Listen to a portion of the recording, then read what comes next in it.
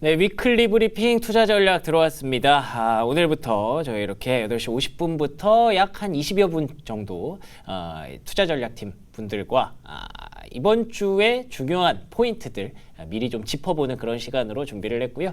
내일부터는 또 이제 섹터 애널분들 나오니까 여러분들 많이 시청을 부탁을 드리겠습니다. 자, 오늘은 이성훈 연구원, 심수빈 연구원 나오셨습니다. 안녕하십니까? 안녕하십니까? 네, 반갑습니다. 자, 뭐 투자 전략에 대해서 얘기를 하자면 뭐 계속 우리는 트럼프 얘기부터 시작을 할 수밖에 없는데 요즘 한창 핫한 게 트럼프랑 시진핑이 진짜 통화를 했느냐 안 했느냐 요거지 않습니까? 이런 얘기가 계속 나오는 이유가 좀 궁금해요. 일각에서는 트럼프가 많이 쫄린다 라는 표현들을 하고 있던데 연구원님은 어떻게 보십니까? 네, 말씀해주신 대로 좀 상대적으로 조급한 트럼프랑 조금 상대적으로 여유 있는 시진핑의 모습을 이제 그대로 반영을 하고 있다라고 보고 있고요. 예. 근데 어쨌든 증시 입장에서는 어쨌든 간 중국 측이 이제 부인에도 불구하고 관세 불확실성 어느 정도 이제 정점을 지나가고 있다라는 거고 결국 협상의 단계로 넘어갔다는 게 이제 안도 랠리에 주된 배경이다라고 보고 있습니다. 네. 그리고 최근 이제 중국 측 매체에서 보더라도 그 미국에 대한 중국의 125% 반도체 관세를 이제 면제했다는 그런 이제 보도도 나오면서 그래요? 이게 미국과 중국 간에 이제 물밑에서 어느 정도 협상이 이루어지고 있지 않느냐라는 부분도 이제 계속 나오고 있는 상황입니다. 따라서 단기적으로는 이 기대감 랠리는 어느 정도는 이어질 수 있다라고 보고 있는데 이게 문제는 뭐냐면 기대감만으로 계속 올라오고 있는 상황이거든요. 네네. 실제로 막 유의미한 협상 자체가 나타나고 있는 상황은 아니라서 그러니까 성과를 만든 게 지금 하나도 없죠? 네, 맞습니다. 네. 그냥 계속 이 뉴스만 이제 나오고 있기 때문에 이게 그래서 뭐 계속 이제 상황은 지켜봐야겠지만 미국과 중국 간에 이제 유의미한 뭐 합의가 나올지에 대한 부분이 이제 가장 주 관심사가 될 것이다라고 보고 있고 네. 그리고 이제 이러한 부분이 나온다면 당연히 이제 단순히 기술적 반등에서 넘어서 추세적 반등으로 이제 나올 수 있다라고 보고 있기 때문에 네. 이 부분은 계속 모니터링이 필요하다라고 보고 있지만 다만 이제 관세가 미칠 또 다른 리스크에도 이제는 주목을 해볼 필요가 있다라고 보고 있습니다. 그게 이제는 관세가 이제 부과가 되고 실제로 이제 5월부터 나올 4월 지표에서부터는 관세가 미칠 영향이 이제 반영이 돼서 나올 수밖에 없다라는 점이거든요. 이번 주에도 사실 뭐 고용이나 ISM 제조업 PMI 그리고 이제 미국 빅테크 기업 실적에서도 이 관세에 대한 영향이 어떤 식으로 나올지에 대한 부분도 좀 주기적으로 계속 증시에는 어느 정도 변동성 요인으로 작용할 것이다라고 보고 있습니다.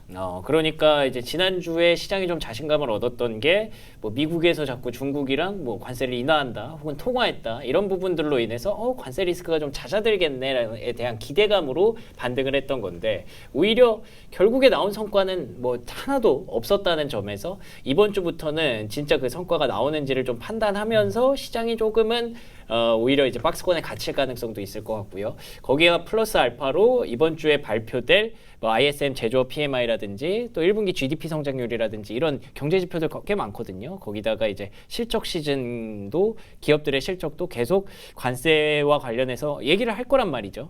가이던스가 우리는 왜 이렇게 됐습니다. 이런 부분들이 오히려 이번 주는 약간 좀 흔들 수 있는 그런 분위기인 것도 여러분들이 시나리오에 갖고 가시면 좋을 것 같고요. 그래도 어쨌든 코스피가 2,500선을 넘지 않았습니까? 그렇기 때문에 이제는 뭔가 좀 자신감을 찾았다는 점에서 섹터에 대해서 고민도 많이 하실 것 같은데 일단 지금 현재 호가만 보면 여전히 조선주, 하나오션의 랠리가 지속되고 있는 상황입니다. 이런 섹터 계속 더 갑니까? 어떻게 보십니까? 뭐 이제 중기적으로는 사실 트럼프 발 이제 관세 노이즈가 지속되는 구간인 만큼 조선 방사는 사실 계속 봐야 될 섹터라고 보고 있습니다. 예. 다만 이제 문제는 언제 이제 들어가야 될지 신규 진입을 해야 될지에 대한 부분인 것 같은데 이거 어떻게 신규로 들어가요? 그렇죠. 조선이 지난주에 정말 압도적인 어닝 서프라이즈를 시연을 하면서 네. 정말 급등하는 모습이 나타났는데 사실 최근에 이제 장의 흐름을 좀 보면은 업종별로 이제 순환매가 나타나고 지수보다는 사실 이제 종목을 어떻게 선택하느냐가 이제 수익률이 좀 크게 영향을 미치는 구간이다라고 보고 있는데 뭐 이러한 구간에서는 사실 지난주에 이제 조선이 많이 올랐다면 이번 주에는 사실 방산 주도주 중 하나 이제 방산에 대한 실적이 남아 있는 상황입니다. 그래서 이번 주 같은 경우에는 조선에 대한 부분들을 조금 이제 차익 실현을 하고 방산에 대한 부분을 조금 올리는 비중을 좀 올리는 그러한 방안에 조금 투자 전략이 좀 필요하지 않나라고 생각을 하고 있습니다. 이것도 조선 방산을 또 같이 놓는 게 아니군요. 같이 보는 건 맞는데 네. 이제 최근에는 그 시점에 따라 조금 순환매 양상이 나타나고 있기 때문에 개별주가 이제 또 다르게 그쵸. 반응할 수 있으니까 네, 조금은 디테일하게 바라봐야 될 시점이지 않나라고 생각하고 있습니다. 그렇군요. 지난주에 뭐 HD 그룹이 뭐 진짜 놀랄만한 실적을 발표하면서 조선주가 와 여기서 더 가네 하는 모습을 좀 보여줬었는데, 근데 아까 말씀하신 것처럼 뭐 관세와 관련된 노이즈는 지금 계속 상존하고 있기 때문에 이런 흐름들은 좀 더 나올 가능성이 있기는 하지만 개별적인 종목들의 트레이딩을 보는 관점에서는 지난주에 조선이었다면 이번 주는 약간 방산에 한번 기대를 한번 걸어보셔도 좋을 것 같고요. 그리고 또 이제 외국인들의 매수세가 처음으로 지난주에 10일 거래일 만에 처음으로 또 이렇게 들어왔습니다. 6,300억 원이 들어왔는데 이렇게 되면은 그래도 지수가 조금 더 탄력을 받을 가능성 어떻게 보십니까? 사실 지금은 이제 외국인의 자금이 이제 매도보다는 매수 쪽 방향성으로 이제 상정하는 것이 맞다라고 보고 있고요. 사실 이게 제가 이제 궁금해서 2005년도 이후에 월간 기준으로 코스피에 대한 이제 외국인의 월간 순매수 자금 추이를 봤는데 올해 4월이 역대 두 번째로 많은 자금을 매도를 했더라고요. 1등이 코로나 시기였던 3월이었거든요. 그 정도예요? 예, 맞습니다. 코로나급으로 한 달 동안 많이 팔았어요? 네, 와. 이게 그 배경을 좀 보면은 이게 사실 3월 31일에 공매도가 시행이 되면서 예. 외국인 입장에서 사실 매도 포지션을 구축을 할 수밖에 없는데 거기에 더해서 이제 상호관세 이슈가 딱 타이밍 맞춰서 맞닥뜨려지다 보니까 아무래도 매도 물량이 이제 크게 나왔다라고 보고 있고요. 다만 이제 말씀해주신 대로 진짜 역대급 물량이 4월 내내 이제 출회되었기 때문에 여기서 네. 더 이제 매도 여력은 조금 제한적이다라고 생각을 하고 있고요. 공매도에 대한 수구 왜곡 우려도 조금 지나갔고 상호관세 우려도 조금 완화가 된 상황에서 환율도 이제 어느 정도 안정화가 되었고 이익은 그래도 어느 정도 조금 크게 상승하는 모습은 아니지만 어느 정도 이제 상방으로 보이고 있기 때문에 네. 외국인은 현재는 매도보다 매수 쪽으로 조금 흐르지 않을까라고 생각을 하고 있습니다. 일단은 관세 리스크 조금 완화됐고 거기다가 공매도도 뭐 큰 바람은 살짝 좀 지나간 것 같고 환율도 뭐 아직 안정이 됐다고 보기는 어렵지만 그래도 달러 인덱스 많이 내려왔으니까 좀 환율도 좀 내려올 가능성이 있고 이런 부분들 고려하면 이제부터는 외국인이 좀 살 것 같은데 뭘 사느냐가 그런 게 좀 중요한 부분이지 않습니까? 그러면 혹시 한미 통상협정으로 인해서 혹시 좀 우리가 힌트를 좀 얻을 수 있을까요? 네, 사실 그 지난주 금요일에 외국인이 순매수로 돌렸던 것도 어느 정도 이 한미 통상 협의가 성공적으로 됐다라는 평가 속에서 사실 자금이 유입된 측면도 분명히 있다라고 보고 있거든요.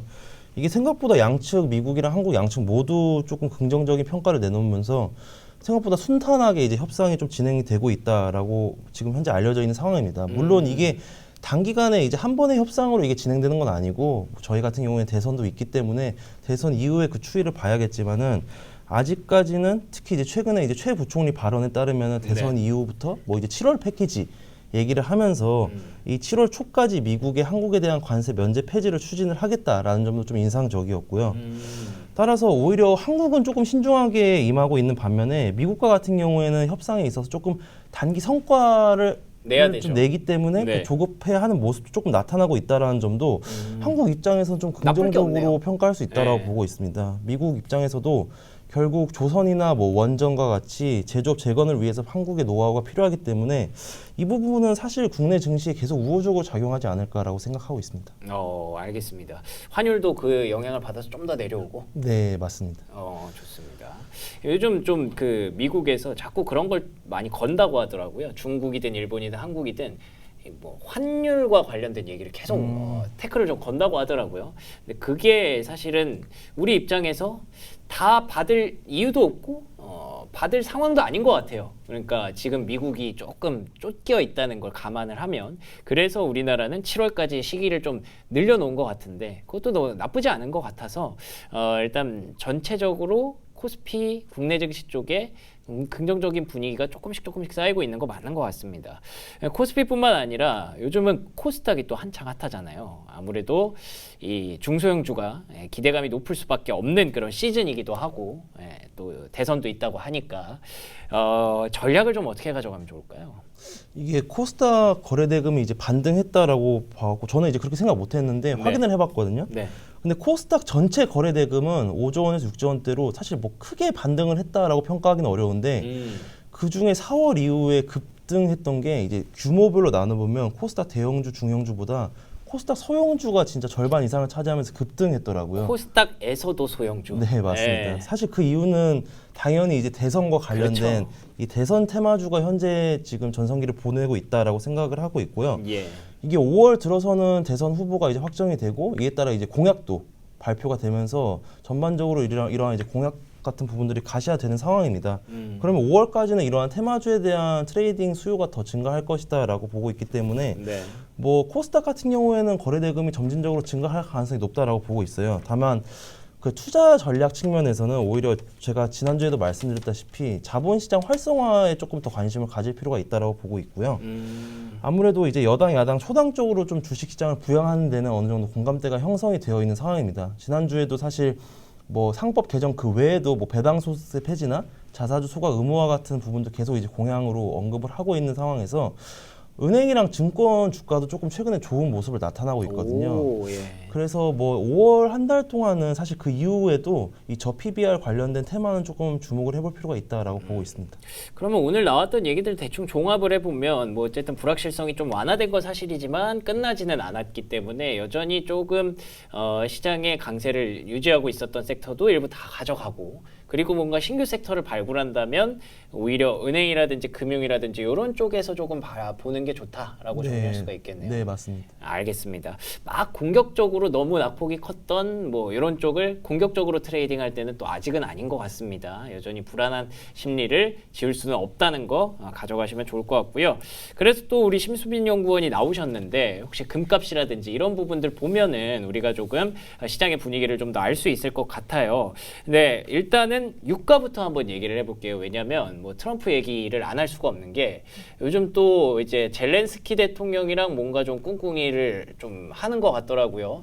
오히려 푸틴 대통령이랑 뭔가를 할 줄 알았는데 요즘은 또 우크라이나 쪽을 노크하는 그림이 이거 우리는 또 어떻게 해석을 해야 될까요?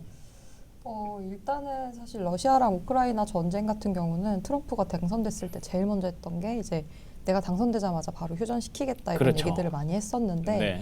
마음대로 좀 흘러가진 않는 분위기인 것 같아요. 그래서 일단은 뭐 최근에 이제 사례만 먼저 놓고 본다라면 최근에 이제 러시아가 우크라이나 키우를 좀 공격을 하면서 다시 이제 동유럽 지역에 좀 지정학적 리스크가 부각이 되는 모습을 보였고요. 최근에는 이제 미국 국무장관이 이제 러시아랑 우크라이나 전쟁 관련해서 중재를 계속해서 할 건지 이제 이걸 좀 고민을 해보겠다라고 얘기를 했기 때문에 네. 어떻게 보면은 동유럽 쪽 이제 지정학적 리스크는 다시 좀 높아질 수 있는 구간이 아닐까라고 생각을 하고 있습니다. 이런 부분들을 감안을 해보면 그러면은 유가에는 조금 유가 상방 압력을 좀 자극할 수 있는 요인이 아닐까라고 볼 수 있지만 저는 개인적으로 사실 유가가 크게 움직일 가능성은 좀 낮아 보여요. 아 그래요? 왜냐하면은 일단 미중 뭐 무역 분쟁이라던가 뭐 협상이 계속 얘기가 나오고는 있지만 사실 이미 뭐 러시아 관련한 이슈들은 뭐 유가에 이미 조금 그렇죠. 동떨어진 약간 분위기가 좀 흘러가고 있기 때문에 오히려 이런 부분보다는 이제 여름철에 이제 천연가스 수요 관련해서 천연가스 가격이 좀 영향을 받을 수 있다라고 저는 생각을 조금 하고 있거든요.